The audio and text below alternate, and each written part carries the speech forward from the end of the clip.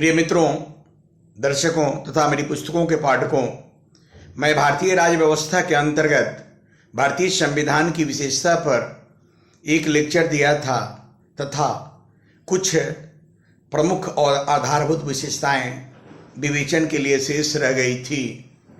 आज मैं भारतीय संविधान की विशेषता में दूसरे एपिसोड पर काम करने जा रहा हूं और आज भारतीय संविधान की कुछ प्रमुख अवधारणात्मक, संरचनात्मक तथा वैधानिक विशेषताओं का चर्चा यहाँ अपेक्षित है। भारतीय संविधान की एक महत्वपूर्ण विशेषता संघवाद तथा दूसरी महत्वपूर्ण विशेषता संसदीय शासन प्रणाली है। संसदीय शासन प्रणाली को संसदीय प्रजातंत्र कहा जा सकता है। यह संघवाद तथा संसदीय शासन प्रणाली जो महत्वपूर्ण अवधारणात्मक और आधारभूत भारतीय संविधान की विशेषता है, यह भारतीय संविधान की संरचना, प्रक्रिया तथा कार्यकरण को प्रभावित करती है। वस्तुतः हमारे संविधान निर्माताओं ने इन्हीं दो प्रमुख अवधारणाओं के परिप्रेक्ष्य में भारतीय संविधान की रूपरेखा, कार्यकरण को निर्धारित करने का सफल प्रयास किया है और हमारी शासन व्यवस्था इन्हीं मूल मान्यताओं को आधार बनाकर कार्यों को निष्पादित करती है। भारत में संघात्मक व्यवस्था है।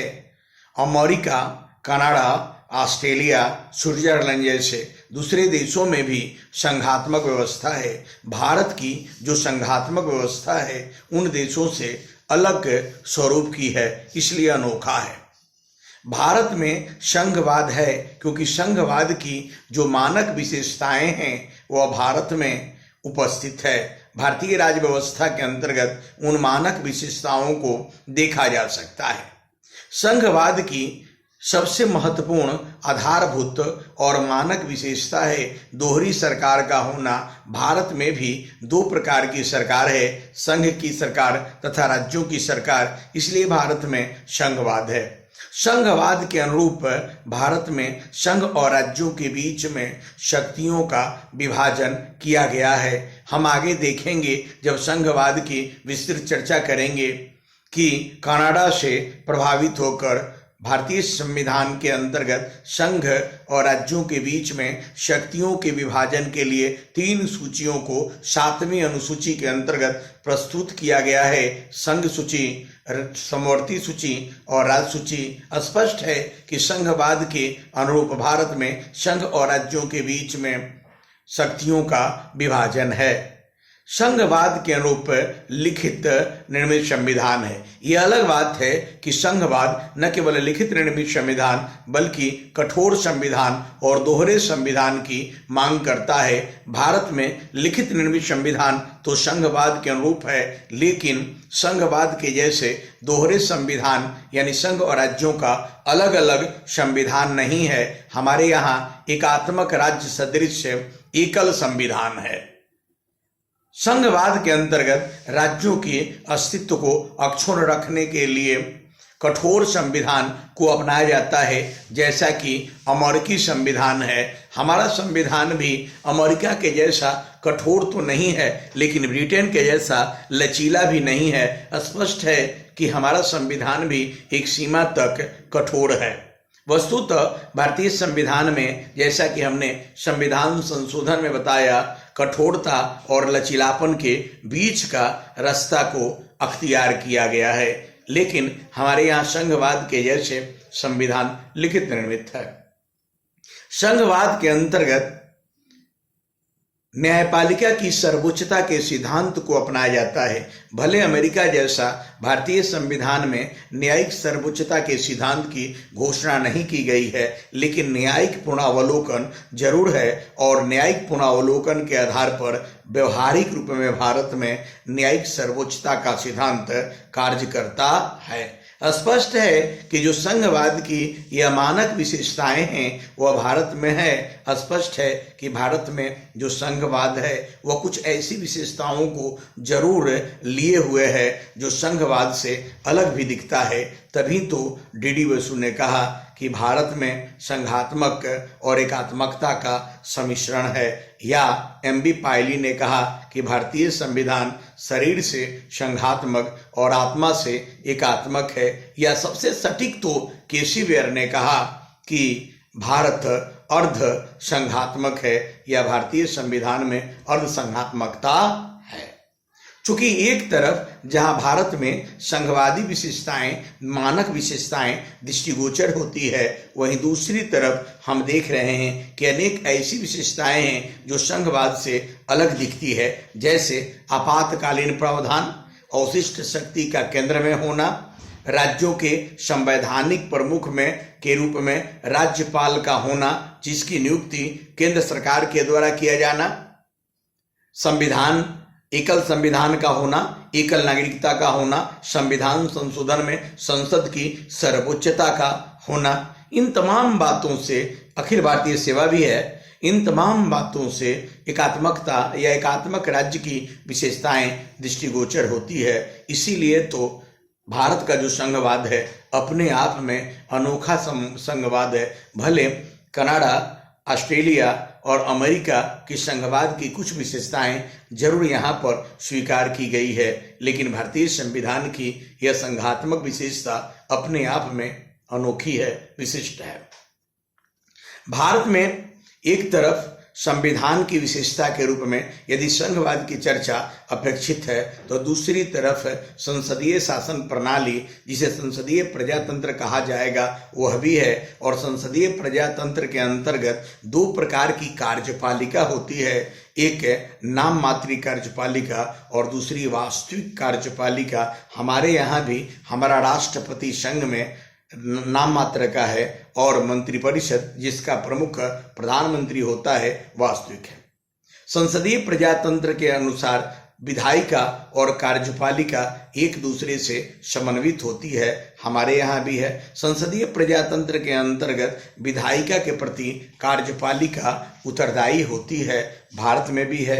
और संसदीय प्रजातंत्र के अंतर्गत राजनीतिक स्वजातीयता का सिद्धांत होता है, भारत में भी है। स्पष्ट है कि भारतीय संविधान की एक विशेषता संसदीय प्रजातंत्र की प्रणाली पर आधारित होना, प्राथमिक तौर पर मौलिक रूप में उसे स्वीकार करना है। भारत की जो संसदीय प्रजातंत्र है वह ब्रिटिश संसदीय प्रजातंत्र जैसा नहीं है। ब्रिटेन में जो संसद सर्वोच्च है और संसद द्वारा बनाए गए कानून को दूसरी कोई सरकार के अंग के द्वारा समीक्षा नहीं की जाती, यानी ब्रिटेन में न्यायिक पुनरावलोकन नहीं है। ब्रिटेन में संसद जो कानून बना देती है वो अंतिम होता है। कहा तो यह जाता है, जैसा कि डी लोमे ने कहा, कि ब्रिटिश संसद जो चाहे वह कर सकती है, केवल स्त्री को पुरुष और पुरुष को स्त्री बनाना छोड़कर। यह संघवाद और संसदीय शासन प्रणाली जो भारतीय संविधान के अंतर्गत विशिष्ट रूप में है, जो भारतीय संविधान की संरचना, प्रक्रिया, कार्यकरण को प्रभावित करती है, इसे महत्वपूर्ण विशेषता माना जाएगा। भारतीय संविधान की यदि हम वैधानिक विशेषताओं की चर्चा करें तो हम सबसे पहले कानून के शासन की बात करते हैं। कानून का शासन जो कि ब्रिटिश विधिशास्त्र से प्रभावित होकर लिया गया है, जिसकी तीन प्रमुख मान्यताएं हैं। हर आदमी कानून के नज़र में बराबर होगा, चाहे उसकी जाति, धर्म, क्षेत्र, भाषा, लिंग कुछ भी हो। बिना सुनवाई किसी को दंड नहीं दी जाएगी। सुनवाई के दौरान जो अभियुक्त होगा उसको उस पर जबरदस्ती नहीं की जाएगी। स्वयं के विरुद्ध गवाही देने को बाध्य नहीं किया जाएगा, बल्कि वैधानिक रूप में परामर्श दिया जाएगा। और इतना ही नहीं, बल्कि अगर जो आरोपित व्यक्ति है, अगर आरोप उस पर प्रमाणित हो जाता है तो जो दंड दिया जाएगा वह दंड मनमाने ढंग से न देकर विधि के अनुसार होगा।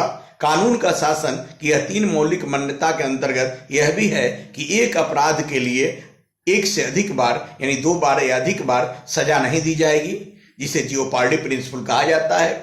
और बाद के कानून पूर्व के अपराध पर लागू नहीं होंगे, जिसे एक्स फैक्टर लॉ कहा जाता है। यह विधि के शासन की विशेषता है और भारतीय संविधान के अंतर्गत विधि के शासन के सिद्धांत को लिया जाता है और ब्रिटिश विधि शास्त्र से प्रभावित होकर यह लिया गया है और यह भारतीय संविधान की सर्वाधिक महत्वपूर्ण वैधानिक विशेषता है। भारतीय संविधान के अंतर्गत न केवल एक तरफ विधि का शासन है, बल्कि विधि के समान संरक्षण के सिद्धांत को भी अमेरिकी विधि शास्त्र से प्रभावित होकर स्वीकार किया गया है, जिसके अंतर्गत प्रत्येक व्यक्ति विधि के समक्ष समान होगा, किसी के साथ किसी प्रकार की भेदभाव नहीं की जाएंगी। यह दोनों महत्वपूर्ण विशेषता है। न्यायिक पुनरावलोकन भी भारतीय संविधान की वैधानिक विशेषता है। न्यायिक पुनरावलोकन भारत में जो स्वीकार की गई है वह बहुत ही व्यापक है। हमारी न्यायपालिका को कार्यपालिका और विधायिका के कार्यकरण संविधान के अनुरूप है या नहीं, इसका अवलोकन करने का अधिकार है और हमारी न्यायपालिका न केवल विधायिका और कार्यपालिका बल्कि अपने अधीनस्थ न्यायालयों और अपने भी पूर्व के निर्णयों की समीक्षा कर सकती है। यह न्यायिक पुनरावलोकन है और सर्वोच्च और उच्च न्यायालय को न्यायिक पुनरावलोकन का अधिकार अपने क्षेत्राधिकार में प्राप्त है और यह भारतीय संविधान के अंतर्गत उपबंध है, जो एक महत्वपूर्ण विशेषता है और वैधानिक प्रकृति की यह विशेषता है। भारतीय संविधान के अंतर्गत एक वैधानिक विशेषता के रूप में शक्ति पृथक्करण सिद्धांत को भी रखा जा सकता है। हम यह जानते हैं कि फ्रेंच स्कॉलर मोंटेस्क्यू के द्वारा शक्ति पृथक्करण सिद्धांत प्रतिपादित किया गया और अमेरिका दुनिया का पहला राज्य हुआ जिसने शक्ति पृथक्करण सिद्धांत को लिया और भारत में भी अमेरिका जैसा तो नहीं लेकिन आंशिक रूप में शक्ति पृथक्करण सिद्धांत को स्वीकार किया गया है। भारतीय संविधान के भाग 4 अनुच्छेद 50 के अंतर्गत शक्ति पृथक्करण सिद्धांत को आंशिक रूप में लिया गया है, जहां न्यायपालिका सरकार के अन्य दो अंगों से अलग होकर निष्पक्ष, स्वतंत्र और एकीकृत होकर कार्यों का निर्वहन करती है, या न्यायपालिका सरकार के दो अंगों से पृथक है। यह वैधानिक विशेषता शक्ति पृथक्करण सिद्धांत भी है। भारतीय संविधान के अंतर्गत न्यायपालिका के द्वारा प्रतिपादित एक वैधानिक और न्यायिक प्रकृति की जो विशेषता है वह संविधान के मूल ढांचा का सिद्धांत है। केशवानंद भारती वाद के अंतर्गत सर्वोच्च न्यायालय के द्वारा संविधान के मूल ढांचा का सिद्धांत दिया गया, जिसके अंतर्गत बताया गया कि संसद पूरे संविधान में संशोधन कर सकती है, लेकिन उनके संशोधन से संविधान की मौलिक अवधारणाएं, मौलिक ढांचा परिवर्तित नहीं होनी चाहिए। यहां इसी सिद्धांत से आगे चलकर कंसेप्ट ऑफ कलरफुल लेजिस्लेशन का कंसेप्ट आया और इससे भी स्पष्ट हो गया कि हमारी संसद को जो अधिकार दिए गए हैं, अगर उस परिप्रेक्ष्य में भी जो सूची और विषय वस्तु निर्धारित है, अगर कोई ऐसी विधि बनाती है जिससे दूसरी मौलिक अवधारणाएं अगर आच्छादित होती है, उसे छिपती है, उसकी परिछाई से विपरीत रूप में प्रभावित होती है, तो उस लेजिस्लेशन को अमान्य घोषित हमारी न्यायपालिका कर सकती है। स्पष्ट है कि भारतीय संविधान की एक विशेषता जो न्यायपालिका द्वारा बाद में लाई गई वह संविधान की मूल ढांचा का सिद्धांत है और उसी के परिप्रेक्ष्य में concept of the colourful legislation है। यह भारतीय संविधान की वैधानिक विशेषताएं हैं। भारतीय संविधान की इसके अतिरिक्त अन्य विशेषताओं में कुछ महत्वपूर्ण प्रावधान को भी रखा जा सकता है, जैसे मौलिक अधिकारों का उपबंध। भारतीय संविधान के भाग 3 अनुच्छेद 12 से लेकर 35 तक के अंतर्गत मूल संविधान में 7 प्रकार के, लेकिन बाद में चलकर 6 प्रकार के मौलिक अधिकार संविधान में उपबंधित हैं। मौलिक अधिकारों को मौलिक कहा जाता है क्योंकि अनिवार्य प्रकृति के हैं। इनके बगैर व्यक्ति के व्यक्तित्व का विकास नहीं हो सकता है। यह मूल विधि हैं तथा न्याय योग जस्टिसिएबल नेचर का है। इतना ही नहीं, यह प्रकृति से निषेधात्मक भी है, इसलिए भी यह मौलिक है। संविधान की मूल ढांचा मान लिया गया है, इसलिए भी मौलिक है। मैं जब मौलिक अधिकार पर काम करूंगा तो न केवल अधिकार बल्कि मौलिक अधिकार और अनुच्छेदगत विश्लेषण को भी मैं करूंगा। भारतीय संविधान की विशेषता के अंतर्गत एक तरफ यदि अमेरिका से प्रभावित होकर मौलिक अधिकारों का भाग 3 के अंतर्गत उपबंध किया गया है, तो दूसरी तरफ भाग 4 के अंतर्गत आयरलैंड के संविधान से प्रभावित होकर राज्य की नीति के निर्देशक तत्वों की भी चर्चा अनुच्छेद 36 से लेकर 51 के बीच में की गई है, जिसमें उदारवादी, गांधीवादी, समाजवादी और कुछ भारतीय परिप्रेक्ष्य में विशिष्ट प्रकार की विचारधारा का प्रभाव परिलक्षित होता है। भारतीय संविधान के अंतर्गत आपातकालीन प्रावधान भी किया गया है। भाग 18 के अंतर्गत 3 प्रकार के आपात जर्मनी के बीमर संविधान से प्रभावित होकर किया गया है। यह भारतीय संविधान की महत्वपूर्ण विशेषता है।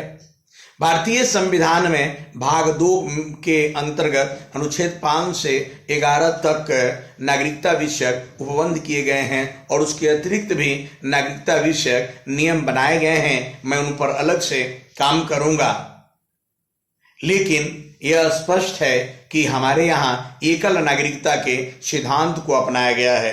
यह ठीक है कि अमेरिकी संघवादी व्यवस्था में संघवाद की यह मांग है कि दोहरी नागरिकता होनी चाहिए। हमारे यहाँ एकल नागरिकता के सिद्धांत को अपनाया गया है और यह एकात्मक राज्य सदृश भले ही विशेषता है, लेकिन यह संघवादी मान्यता को किसी रूप में विपरीत नहीं होती, बाधित नहीं करती।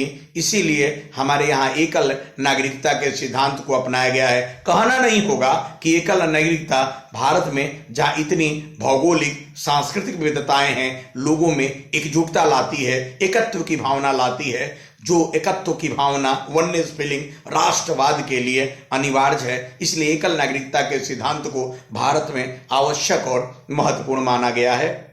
भारतीय संविधान की में वयस्क मताधिकार का उपबंध है, जिसे लोकतांत्रिक परिप्रेक्ष्य में देखा जा सकता है, जिसकी हमने चर्चा किया है।